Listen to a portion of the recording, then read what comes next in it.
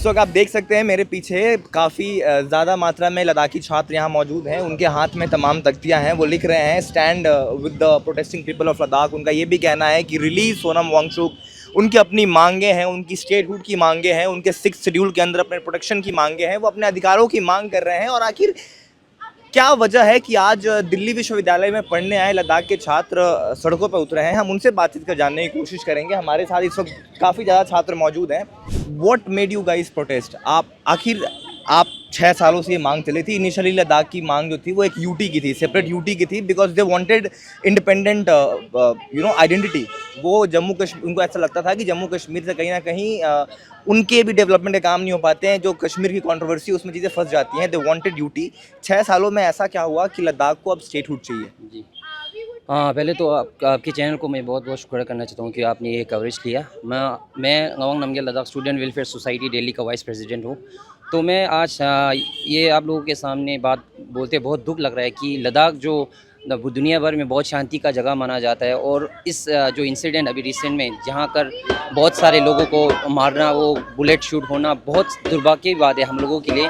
और स्टूडेंट यहाँ पे प्रोटेस्ट इसीलिए कर रहे हैं कि हम एडमिनिस्ट्रेशन से ये रिक्वेस्ट करते हैं कि जो अभी इंसिडेंट हुआ, हादसा हुआ, एडमिनिस्ट्रेशन का जो कमज़ोरी हमें दिखने को मिला, क्योंकि ऐसे ही ओपन फायरिंग जो यूथ पे हुआ है, अभी जो जाने गए हैं उसमें से ज़्यादातर बच्चे तो 4 लोगों की जान गए हैं, उसमें से 2-3 तो 20-21 साल का भी है।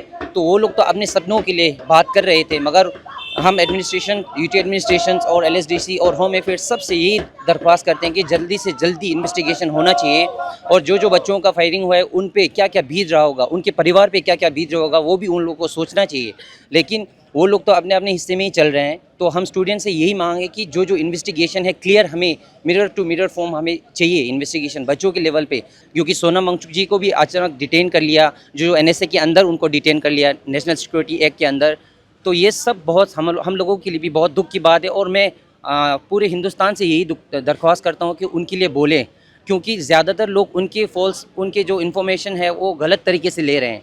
क्योंकि आज तक सोनम वांगचुक जी ने लद्दाख के लिए जो किया है, लद्दाख के अच्छे के लिए, अच्छे के हित में ही किया है। आप क्या कहना चाहेंगे इस पूरे मामले में जो प्रोटेस्ट हो रहा है लद्दाख में इस वक्त?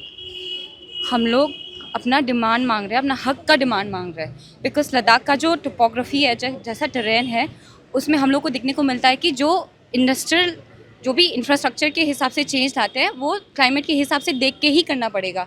लद्दाख का टोपोग्राफी इतना डेलिकेट है, अगर आप लोग चाहते हो कि ऐसा कंस्ट्रक्शन जो आप लोग ये मेट्रोपॉलिटन सिटीज़ में लद्दाख में करना चाहोगे, नहीं हो पाएगा, because the climate is very very delicate.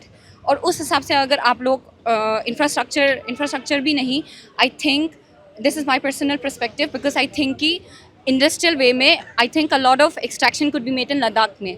I don't think कि लद्दाख कुछ गलत मांग रहा है।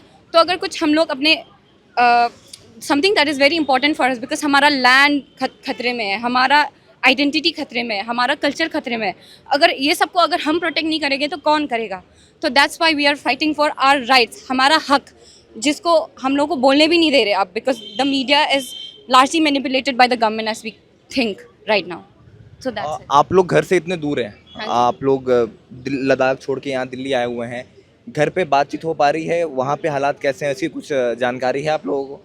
वहाँ पे लोगों का मेंटालिटी ही इतना अफेक्ट हो चुका है, because everybody is thinking very very, they are already in a very negative mindset कि अभी जो लद्दाख में जो अनरेस्ट हुआ है उसके हिसाब से they are also asking us to not go to a lot of protest, because they are scared. We are not anti nationals, please remember that. ये नारा जो आप लोग लगा रहे हो एंटी नेशनलिज्म का, ये नहीं है।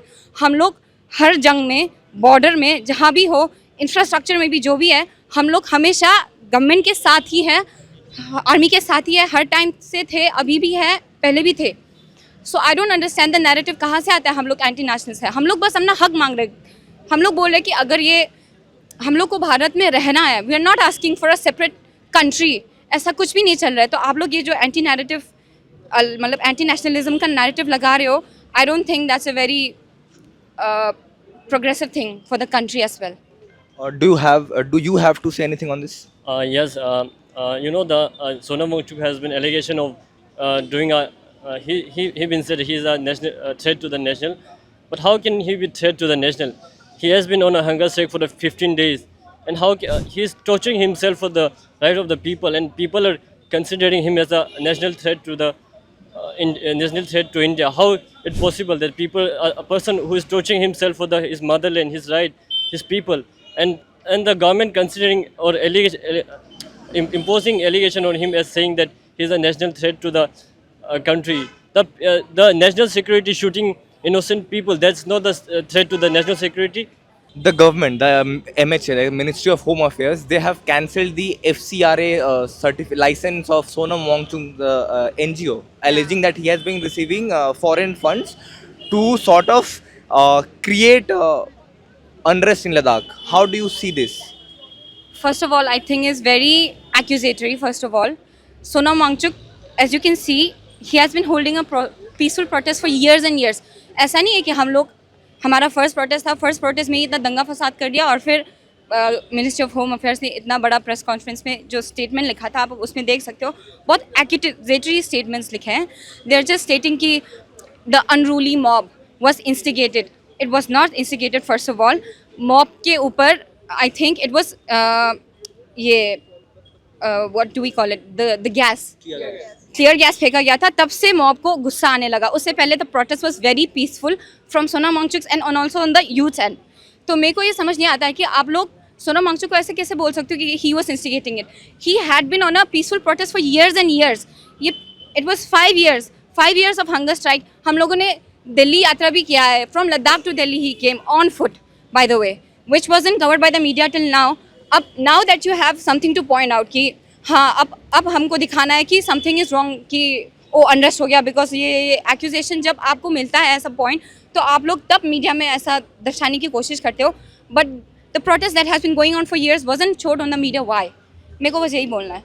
बाकी I think whatever Sonam Wangchuk has been working on for years, it was very peaceful and it was asking for the clear rights of Ladakhi people, and not only Ladakhi people. I think Ladakh is a very important area for the whole Indian demographic. So I think उस हिसाब से I think you guys should think about what Ladakh demands are actually, what Ladakhis demands are actually meaning, and उस हिसाब से you can also try and spread awareness to the people around you. Thank you so much. Easy words में, like सरल शब्दों में पहले आप हमें एक्सप्लेन करें कि जो कोर डिमांड्स हैं जो लेह लद्दाख के लोग कर रहे हैं, चाहे वो 6 शेड्यूल को लेकर हो, स्टेटहुड को लेकर, वो डिमांड्स क्या है, वो हमारे व्यूअर्स को सरल आसान शब्दों में समझाइए. कि सबसे पहले हमारी मांग है सर, स्टेटहुड दिया जाए विथ लेजिस्लेचर, ताकि हमारे अपने लोकल लोग वहाँ पे अपनी चुनिंदा सरकार बना सके और अपने लोकल नीड्स एंड डिमांड्स के अकॉर्डिंग वो कानून बनाकर अपने लोगों की खिदमत कर सके. Statehood is our first and the most important demand. Second demand, Leh और करगिल में अभी दोनों के लिए एक एमपी है. लोकसभा के लिए इतने सारे लोगों के लिए एक एमपी रिप्रेजेंटेटिव है, जो कि बिल्कुल मुझे लगता है इनजस्टिस है सर. हम मांग करते हैं कि there should be different representatives, one from Kargil, one from Leh, ताकि हमारी रिप्रेजेंटेशन पार्लियामेंट में बढ़े. और एक चीज़ सर, रिजर्वेशन पॉलिसी जो है वो फ्री एंड फेयर हो. यानी लद्दाख के अंदर हमारे यहाँ पे जो जॉब सिक्योरिटी है, जॉब रिजर्वेशन है, वो हमारे लोगों के हित में ही रहे. बाहर के लोग आकर के हमारे यहाँ पे ऑलरेडी एजुकेशन इंफ्रास्ट्रक्चर की कमी है. अब बाहर से लोग आकर के आप जॉब उनको भी देना शुरू करेंगे तो हमारे यहाँ जाहिर सी बात है सर, हमारे बच्चे बाहर के लोगों से कम्पीट नहीं कर पाएंगे. और हमारे यहाँ जो स्टेट सर्विसेज बनाया जाए सर, एग्ज़ाम, जो हर स्टेट के अंदर अपनी एक सिविल सर्विसेज एग्ज़ाम होती है, लद्दाख के अंदर भी सिविल सर्विसेज का अपना एक एग्ज़ाम हो, ताकि हम अपने बच्चों को एग्ज़ाम के प्रक्रिया के ज़रिए रिक्रूट कर सके.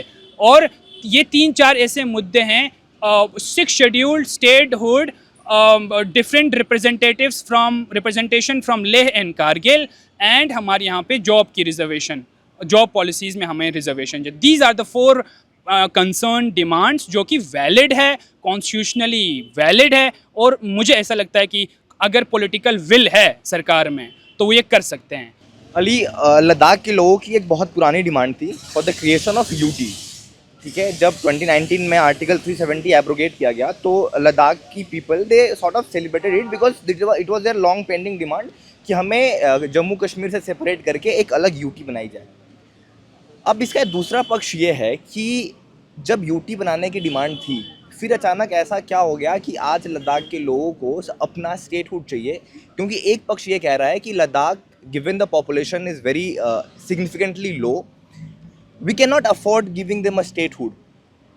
इस स्टेटमेंट को आप कैसे देखते हैं? सर, मैं आपको अगर ये इस चीज़ का उदाहरण दूं कि हमारे हिंदुस्तान में ही ऐसे ऐसे जगह हैं, ऐसे ऐसे स्टेट्स हैं, यूटीज़ हैं, जहाँ पे लद्दाख से भी कम पॉपुलेशन है और they have their own government, they have their own legislature. तो अगर आप ये आर्ग्यूमेंट देंगे कि लद्दाख की पॉपुलेशन कम है, लद्दाख के अंदर वो डेमोग्राफिक स्ट्रक्चर ऐसा नहीं है कि वहाँ पे स्टेटहुड दिया जाए, ये बिल्कुल वैलिड रीज़न नहीं है इस आर्ग्यूमेंट को वो करने के लिए। तो ये हमारे यहाँ पे स्टेट, हमारे कंट्री में ऐसे ऐसे प्रोविंसेस हैं, ऐसे ऐसे स्टेट्स हैं जहाँ पे लद्दाख से भी कम पॉपुलेशन है, लद्दाख से भी कम जनसंख्या होने के बावजूद भी उनको अपनी 6 शेड्यूल के अंदर प्रोटेक्शन भी है कॉन्स्टिट्यूशनली, और उनको वो अपनी सरकार भी बना सकते हैं, वो अपने नुमाइंदे भी संसद में भेज सकते हैं, और अपने डिमांड्स और एस्पिरेशंस को ध्यान में रखते हुए कानून बना सकते हैं। सबसे पहले हमें एक चीज़ जानने की बहुत आवश्यकता है, वो ये है कि जो अभी कल परसों जो लद्दाख में उत्पन्न हुआ है, जो स्थिति क्रिएट हुआ है, जो केओस पैदा हुआ है, वो किसी 2-4 दिन में नहीं हुआ है सर। ये पिछले 2019 से लेकर लद्दाख के वासी, लद्दाख के सिटीजन्स सेंट्रल गवर्नमेंट से 2-4 हमारी डिमांड थी कि वो हमें हमारी फुलफ़िल करें, और कॉन्स्टिट्यूशनल डेमोक्रेटिक तरीके से हम बातचीत कर रहे थे। लेकिन धीरे धीरे लद्दाख वासियों को ये महसूस हुआ कि हमें सुनने के बजाय हमें इग्नोर किया जा रहा है।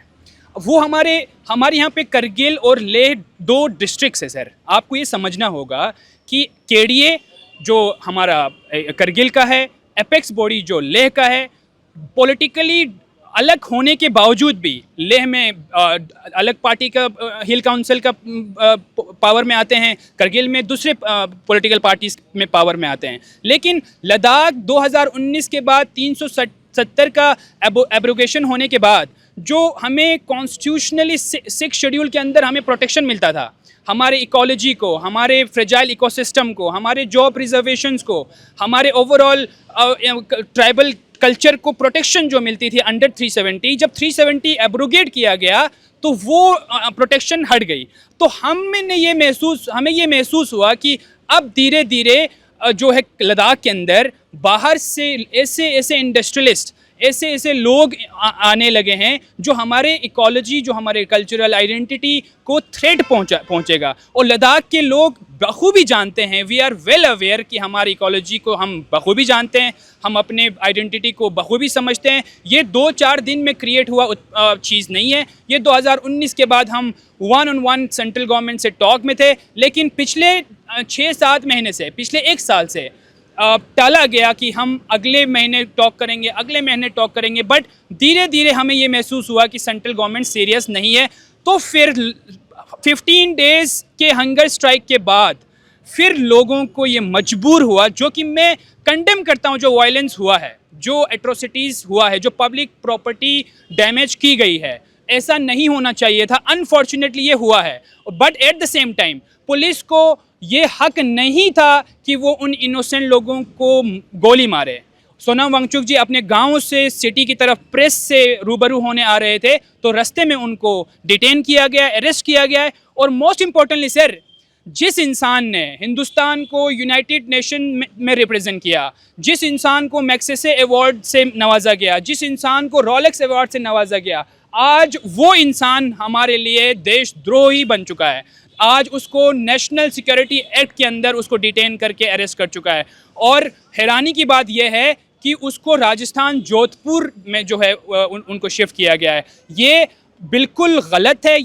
सोनम वांगचुक की रिहाई की आप लोग मांग कर रहे हैं, सरकारी पक्ष का यह कहना है, या एक धड़ा जो है वो ये कह रहा है कि Sonam Wangchuk provoked people, they instigated him, he instigated them to resort to violent protest। उनका कहना है कि उन्होंने अरब स्प्रिंग प्रोटेस्ट का हवाला दिया, उन्होंने एक प्रोवोकेटिव स्पीच दी, जिसके बाद जो है वायलेंस भड़का। वहाँ के कई लोकल पॉलिटिशियंस की भी वायलेंस करते हुए इमेजेस बाहर आई है। तो लोगों का कहना है कि कहीं ना कहीं लद्दाखी पीपल के सेंटिमेंट का इस्तेमाल करके कुछ लोग अपनी राजनीतिक रोटियां सेकना चाहते हैं। How do you see that and do you think कि violent protest will somehow undermine the integrity of the Ladakhi people's genuine demands? Sir, सबसे पहले एक कानून का विद्यार्थी होने के नाते, लॉ स्टूडेंट होने के नाते, मैं वायलेंस को कंडम करता हूं जो हुआ है। ये बिल्कुल कतअन ये नहीं होना चाहिए था। बिल्कुल आई कंडम द वायलेंस जो टुक प्लेस इन ले। तो इस चीज़ को ध्यान में रखते हुए जिस इंसान ने पिछले 6 साल में लोगों को अपने करीब करके वायलेंस के तरफ नहीं बढ़ाया, गांधी जी के मार्ग पे चलने को बोला, गांधी जी के मार्ग पे चलने को बोला, जो इंसान 6 साल तक अपने लोगों को वायलेंस के रास्ते से बचा कर रखने वाला इंसान आज कल ऐसे दे सकते हैं क्या? इम्पॉसिबल है, वो कर ही नहीं सकता। 15 डे का जो अनशन था, 15 दिन का, जैसे ही वायलेंस इरप्ट हुआ है ये न्यूज़ सुनने के बाद, उन्होंने अपने अनशन भी तोड़ा है और बहुत दुख जताया है। जो पब्लिक प्रॉपर्टीज़ पे डैमेज किया है उस पे भी हमें दुख है, जो पुलिस पे जो अटैक हुआ है उस पे भी पथराव हुआ है, उस पे भी हमें दुख है। तो ये सुना अपने घर से दूर रह रहे लद्दाखी छात्रों की राय। उनका कहना है वो काफ़ी चिंतित नजर आए और उनका कहना है कि उनकी मांगें जो है वो उनका अधिकार है और सरकार को उनके अधिकारों की रक्षा करनी चाहिए। अगर 6 शेड्यूल के प्रोडक्शन उन्हें वादा किया गया था तो उस वादे को सरकार को पूरा करना चाहिए था। उनका ये भी कहना है कि वो कुछ आउट ऑफ द बॉक्स जाके नहीं मांग रहे हैं, वो जो उनकी बेसिक राइट्स हैं वो उसकी मांग कर रहे हैं। उनकी ये भी मांग थी कि लद्दाख के आइडेंटिटी की प्रोटेक्शन करने की आवश्यकता है, लद्दाख की जो अपनी एक ऑटोनोमस बॉडीज़ की आवश्यकता है, लद्दाख को अपने लोकल रिप्रेजेंटेटिव्स की आवश्यकता है। और उन्होंने अपने तमाम मांगों को गिनवाया और उनका कहना है कि अगर कोई किसी के अगर अपनी मांगें रखता है तो उन्हें एंटी नेशनल का तमगा देना भी उचित नहीं है। दी एज में हम हमेशा कोशिश करते हैं कि हम समाज के सभी तबके की आवाज़ आप तक पहुंचाएं। हम ज़मीन पर उतरकर आप तक सच्ची, सटीक और सही खबरें लाने का प्रयास करते हैं। अगर आपको हमारा काम अच्छा लगता है तो हमारे वीडियो को लाइक करें, शेयर करें, कमेंट करें, क्योंकि आपके लाइक, शेयर और कमेंट से हमें ताकत मिलती है और हमारी वीडियो अधिक लोगों तक पहुंच पाती है। देश और दुनिया की तमाम बड़ी खबरों के लिए रोज़ शाम को हमारा हिंदी बुलेटिन देखना ना भूलें। फिलहाल इस रिपोर्ट में इतना ही। वीडियो जर्नलिस्ट सुशील कुमार के साथ मैं प्रमोद तिवारी, दिल्ली, दी एज।